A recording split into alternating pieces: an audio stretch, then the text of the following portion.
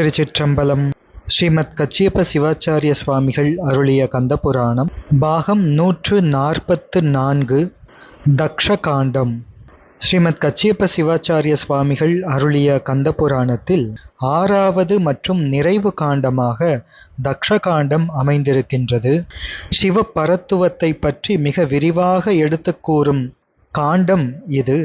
அதோடு கந்த விரதப்படலம், அதிலே முருகப்பெருமானை வேண்டி அனுஷ்டிக்கப்படக்கூடிய விரதங்களின் விவரங்கள், 24வது படலமான வள்ளியம்மை திருமண படலம் என்று மிக முக்கியமான பகுதிகள் அமைந்திருக்கின்ற காண்டம் இது. உபதேச படலமும் ததீசி படலம், ததீசி உத்தர படலம் இவைகளெல்லாம் சிவ பரத்துவத்தை நன்கு பறைசாற்றுகின்ற படலங்களாக அமைந்திருக்கின்றன. 24 படலங்களை கொண்டுள்ள விரிந்த காண்டமாக தக்ஷகாண்டம் அமைகின்றது. இந்த கந்தபுராணம் தக்ஷகாண்டத்திற்கு இலங்கை யாழ்ப்பாணம் ஸ்ரீ ஆறுமுக நாவலர் பெருமான் அவர்களின் மாணவர் பரம்பரையிலே வந்த பண்டிதமணி கணபதி பிள்ளை ஐயா அவர்கள் மிக விரிவான ஆழ்ந்த உரையை அருளியிருக்கின்றார்கள். அந்த உரையின் அடிப்படையில் இந்த தக்ஷகாண்டத்தை நாம் சிந்திக்கலாம். அதோடு வடமொழி ஸ்காந்த புராணத்தின் தக்ஷகாண்டம், அதில் தக்ஷகாண்டம் உபதேச காண்டம் என்ற இரண்டிற்கும் சேங்காலிபுரம் அனந்தராம தீட்சிதர் அவர்கள் சம்ஸ்கிருதத்தை தமிழிலே மொழிபெயர்த்து வழங்கியிருக்கின்றார்கள். அதையும் இணைத்து இந்த பகுதியில் நாம் சிந்திக்கலாம். தக்ஷகாண்டத்தில் 1வது படலமாக உபதேச படலம் அமைந்திருக்கின்றது. தக்ஷகாண்டத்தின் முதல் திருப்பாடல் மற்றும் உபதேச படலத்தின் முதல் திருப்பாடல் பின்வருமாறு: மாயையின் வலியோனாகி மான் முதலோரை வென்றே 1008 அண்டம் அரசு செய்து உகம் 108 காயமது அழிவு இன்றாகி கடவுளர்க்கு அலக்கண் செய்த தீய சூர் முதலை செற்ற குமரன் தாள் சென்னி வைப்பாம்.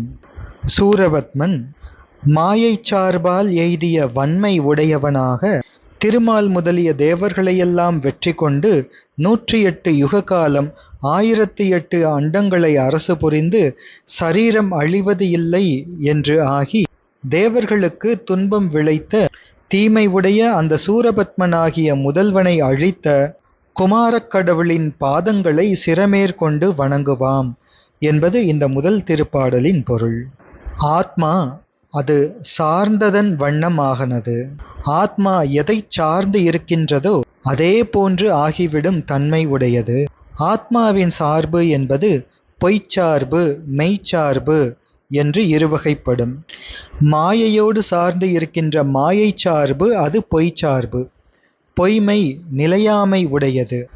எது ஒன்று நிலையாததாக இருக்கின்றதோ, நிலையில்லாமல் இருக்கின்றதோ, அது காலத்தாலும் தேசத்தாலும் எல்லைக்கு உட்பட்டு இருக்கும்.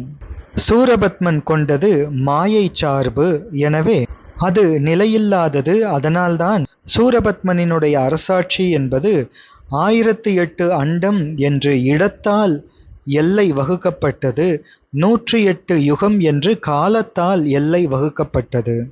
இந்த மாயை சார்பு பொய்யானதாக நிலை இல்லாததாக இருந்தாலும் அது மெய்ச்சார்பை அடைவதற்கு உபகாரப்படும். எனவே அதை பேணும் முறையில் பேண வேண்டும். அப்படி இந்த மாயை சார்பை பேணும் முறை வழி இல்லாமல் பேணினால் ஆகாத வழி அது தீமை பயப்பதாம். மால் என்பது மயக்கம் என்ற பொருளையும் தரும். எனவே அந்த பத பிரயோகத்தினால் மான் முதலோராகிய கடவுளர்கள் மாயையின் வலிமைக்கு அடங்குவர். காயம் அழிவது இன்று ஆகி என்று பாடலிலே வருகின்றது. உடல் அழியாத வரத்தை பெற்றான் என்பது அது கால நீட்டத்தை பற்றி அவ்வாறு கூறப்படுகின்றது. அப்படிப்பட்ட சூரனை வென்றளித்த முருகப்பெருமானது திருத்தாள்களை நாம் சென்னி மீது வைப்போம். கோளில் பொறியில் குணமிலவே எண்குணத்தான் தாளை வணங்கா தலை என்பது திருக்குறள். எனவே நமது தலையை வைக்கும் இடம் என்பது எம்பெருமானினுடைய திருவடிகள்தான் என்று இந்த முதல் திருப்பாடலின் அர்த்தம் விரிகின்றது. உலகங்களிலே மிக மேலானதாக வளர்கின்ற பேரொளியை உடையதாக பூலோகத்திற்கு மேலே இருக்கின்ற வான உலகங்களுக்குள்ளே முதன்மையானதாக இருப்பது சத்தியலோகம். அதில் ஐம்புலன்களின் போக்கை உணர்ந்த முனிவர்களும் தேவர்களும் உபபிரம்மர்கள் என்ற புதல்வர்களும் இரு பக்கத்திலிருந்தும் துதி செய்ய தாமரை மலரை ஆசனமாக உடைய பிரம்மதேவர் தமது கோயிலில் உள்ள மண்டபத்தில் வீற்றிருக்கின்றார். அப்படி இருக்கின்ற வேளையிலே பிரம்மதேவர் தன்னுடைய மனத்தினாலே சிந்தித்து பெற்ற சிறப்பு வாய்ந்த 11 புதல்வர்களுள் தக்ஷன் என்ற ஒரு புதல்வன். அவன் அறிவால் மிக்கவன், உயர்ந்தவன். முன்பு அவன் செய்த அரிய தவ நெறி காரணமாக தமது தந்தையாகிய பிரம்மதேவரை அடைந்து ஒரு ஐயத்தை வினவினான். என்ன கேள்வி என்றால், மூவரில் உயர்ந்தோர் யார் என்பதுதான் அந்த கேள்வி. தேவர்களின் தலைவராய், ஞான குண முதல்வராய், மும்மூர்த்திகளில் உயர்ந்தவராய், இறுதியில்லாத ஏக வஸ்துவாய், உயிர்கள் தோறும் உயிருக்கு உயிராய், அவ்வுயிர்களை எக்காலத்திலாயினும் நீங்குதலின்றி கலந்து உரைபவராய் இருப்பவராகிய முழு முதல் கடவுளை யார் என்று தெளிவு பெற எனக்கு உபதேசித்து அருளுக என்று தக்ஷன் வினவுகின்றான். மூவரில் உயர்ந்தோர் என்பது மூவரினும் வேறாக அவர்களில் உயர்ந்தவர் என்றும் பொருள் தரும். அந்த மூவர்களுக்குள்ளே மற்ற இருவரிலும் உயர்ந்தவர் என்றும் பொருள் தரும். மூவரினும் வேறாய் மிக உயர்ந்தோராக இருப்பவர் மகாசம்கார ருத்ரர். அவரே முழுமுதல் கடவுள்.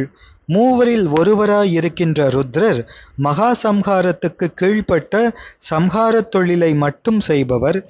இவர் முழுமுதல் கடவுள் அல்ல. அதாவது மும்மூர்த்திகளாக கூறப்படும் பிரம்ம விஷ்ணு ருத்ரர்களில் இருக்கின்ற ருத்ரர் முழுமுதல் கடவுள் அல்லர். இருந்தாலும் மற்ற இருவர்களை விட இந்த ருத்ரர் மேலானவர். அந்த மூவரிலே இந்த மூவரை விட மிக உயர்ந்தவர் மகாசம்ஹார ருத்ரர் என்று போற்றப்படக்கூடிய சிவபெருமான்.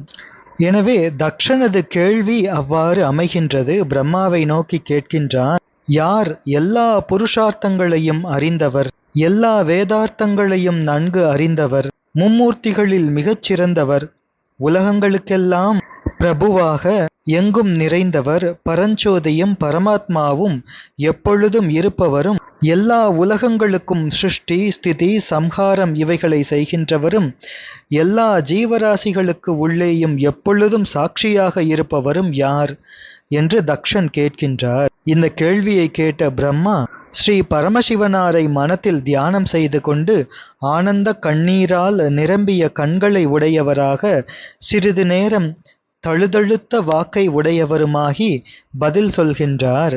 மகனே, நீ கேட்ட கேள்வி நன்று. அதற்கு விடை கூறுகின்றேன், கேட்பாயாக. விஷ்ணுவும் பிரம்மனாகிய நானும் அன்றொரு நாள் முழு முதல் பரம்பொருளை நிச்சயிக்கும் பொருட்டு போரிடும் பொழுது பரம்பொருள் அக்னி வடிவாய் எங்களுக்கு மத்தியில் எழுந்து வான்மேல் சென்றது. இந்த சம்பவத்தை நீ நன்கு கற்று தெளிவாயாக. எனவே சிவபெருமானே முழு முதல் பரம்பொருள். அச்சிவபெருமானே இருவர்க்கும் மூவர்க்கும் யாவர்க்கும் மேலானவர். இதனை நீ சந்தேக விபரீதமின்றி நன்கு தெளிந்து கொள்வாயாக என்று உபதேசிக்கின்றார். பிரம்மதேவனும் விஷ்ணுவும் யார் கடவுள் என்று போட்டி போட்டுக்கொண்ட அந்த வரலாறு அடிமுடி தேடிய வரலாறு. அது அடிமுடி தேடு படலத்தில் மிக விரிவாக விளக்கப்பட இருக்கின்றது. எனவே தகராகாச மத்தியில் விளங்குகின்ற அவர் ஒருவர்தான் சம்புவான சர்வேஸ்வரன். அவரே எல்லா உலகங்களையும் படைப்பார். பிரம்ம விஷ்ணுக்களாகிய எங்கள் இருவருக்கும் கர்த்தா என்று கூறினார் பிரம்மா. உடனே தக்ஷன் மற்றுமொரு கேள்வி எழுப்புகின்றான். தந்தையே, சிருஷ்டி ஸ்திதி ஆகிய 2 தொழில்களையும் நடத்துகின்ற ஜெகதீசர்களான உங்கள் இருவர்களுக்கும் சம்ஹார தொழிலை செய்கின்ற சிவபெருமான் எவ்விதம் கர்த்தா ஆகின்றார் என்று கேட்கின்றான். முத்தொழில்களிலே படைத்தல் காத்தல் ஆகிய தொழில்களை செய்யும் பிரம்ம விஷ்ணுக்களாகிய நீங்கள் தலைமையின்றி இருக்க, படைத்தல் காத்தல் என்ற 2 தொழில்களுக்கு பின்னர் நிகழ்வதாகிய அழித்தல் என்ற சம்ஹாரத்தை செய்கின்ற ருத்ரர் எப்படி உங்களுக்கு இறைவனாகி இருக்கின்றார்? உங்கள் இருவருக்கும் தலைவராகி வந்த காரணம் என்ன என்று உபதேசித்து அருளுங்கள் என்று தக்ஷன் கேட்கின்றான். இங்கே குறிப்பிடப்படக்கூடிய சம்ஹாரம், அதிலே மகா சம்ஹாரம் என்பதுதான் ஒரு செயல் என்று இங்கே குறிப்பிடப்படுகின்றது. அதற்கு கீழ்ப்பட்ட சம்ஹாரமும் இருக்கின்றது. அதனால் சிவபெருமான் அவர் மகாசம்ஹார ருத்ரர்.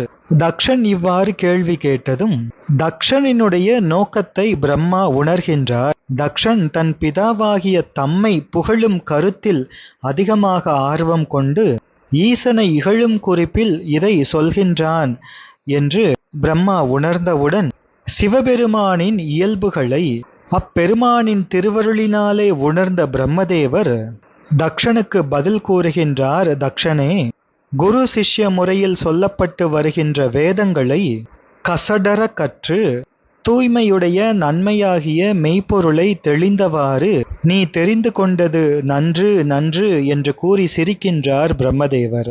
ஏனென்றால் இந்த முத்தொழிலிலே படைத்தல் தொழில்தான் மிக கடினமானது, மிக அரிதான தொழில் என்பது தக்ஷனின் கருத்து.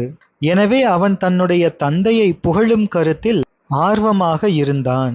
எனவே பிரம்மதேவர் கூறுகின்றார், தக்ஷா, இந்த மகாதேவன் பிரம்மாவான என்னையும் ஸ்ரீ விஷ்ணுவையும் சிருஷ்டி செய்து எங்களுக்கு தொழிலையும் ஏற்படுத்தி எங்களினுடைய ஹிருதய கமலத்தில் வசித்து கொண்டு எல்லா உலகங்களையும் காப்பாற்றுகின்ற அந்த பகவான் எங்கள் இருவரையும் அவரவர் தொழில் நடத்தும்படி செய்கின்றார். எங்கள் இருவருக்கும் புத்தி மோகம் ஏற்படும் போது எங்களை அடக்கி காப்பாற்றியும் வருகின்றார்.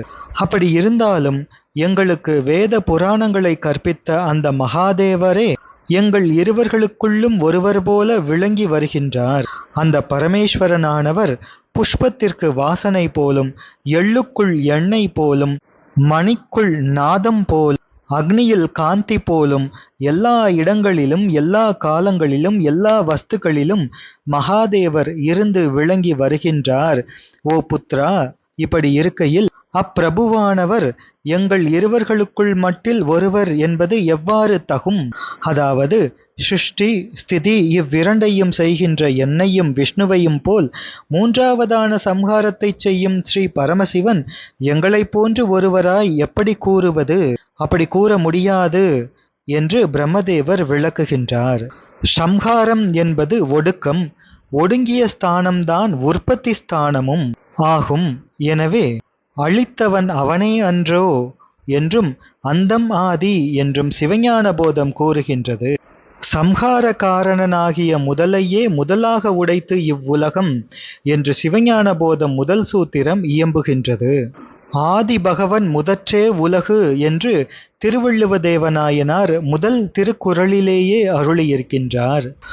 எனவே சம்ஹார காலத்தில் ஒருங்கே அனைத்தையும் சம்ஹரிப்பவரான ருத்ர கடவுளை தலைமை கடவுள் என்று தெளிவுக்கும் இயல்பு என்ன என்றால், பிரம்ம விஷ்ணுக்களாகிய எங்களையும் இந்திரன் முதலான தேவர்களையும் மற்றைய அனைத்து உயிர் வர்க்கங்களையும் சம்ஹார காலத்தில் சம்ஹரித்து அருளுபவர் அந்த மகாருத்ரரே ஆவார். ஒடுங்கிய இடத்தில் உற்பத்தி. எனவே அவரே மகா சிருஷ்டி என்ற பிரதம சிருஷ்டி ஆரம்ப காலத்தில் சிருஷ்டி செய்து அருளுபவரும் அவரே. அவரே மகாருத்ரர் ஆவார் என்று பிரம்மதேவர் கூறுகின்றார். சிவஞான சித்தியாரும் கூறுகின்றது, உரைத்த இத்தொழில்கள் மூன்றும் மூவருக்கு உலகம் ஓத வரைத்தொருவனுக்கே ஆக்கி வைத்திங்கு என்னை எண்ணின் விரை கமலத்தோன் மாலும் ஏவலான் மேவினோர்கள் புரைத்த அதிகார சக்தி புண்ணியம் நன்னலாலே என்று சிவஞான சித்தியார் கூறுகின்றது. இறுதியாம் காலம் தன்னில் ஒருவனே இருவரும் தம் உறுதியின் நின்றார் எண்ணின் இறுதிதான் உண்டாகாதாம் அறுதியில் அரணே எல்லாம் அழித்தலால் அவனால் இன்னும் பெரிது நாம் ஆக்கம் நோக்கம் பேர் அதிகரணத்தாலே என்பதும் சிவஞான சித்தியார் திருவாக்கு. தொடர்ந்து உபதேச படலத்தை சிந்திப்போம். திருச்சிற்றம்பலம்.